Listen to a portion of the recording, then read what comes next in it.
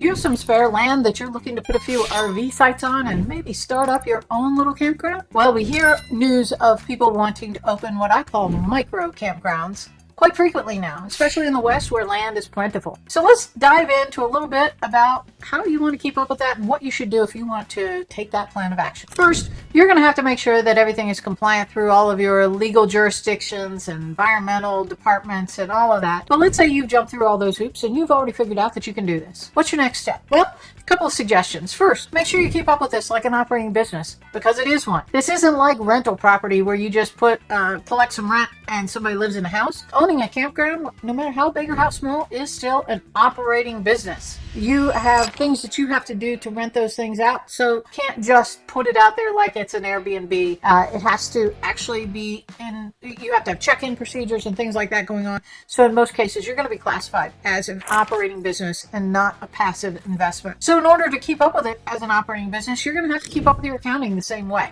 And you'll want to, because that's how you're going to save on taxes and make this a viable venture for yourself. I would suggest our new process where we have a DIY program where you can keep up with your own accounting. We'll set up the chart of accounts for you and make sure that you have everything you need to be on your way to keeping track of things nice and easily. Secondly, open up a separate banking account just for that business and all the expenditures that go along with it. Keep track of it there so that you have a nice separate trail of events of how you keep up with your business. That'll make your record keeping and tax time a whole lot easier. Within our DIY program, you'll be able to print off the report that you're going to need for your tax return and be ready to go. So keep that nice and easy. Don't forget, set up a separate LLC for that so that you can keep that operating business separate from your personal liability. You don't want to make your personal home and personal possessions be part of a lawsuit if someone decides to sue for some reason. We have a very litigious society, so you always want to be careful. Take a couple $100, $1,000, and form that separate entity to give yourself some legal separation from you personally. Nobody wants to lose their house over a bad camping deal. So check that out. If you have a small micro campground, we'd love to hear from you. We want to keep up with the progress that's going on with this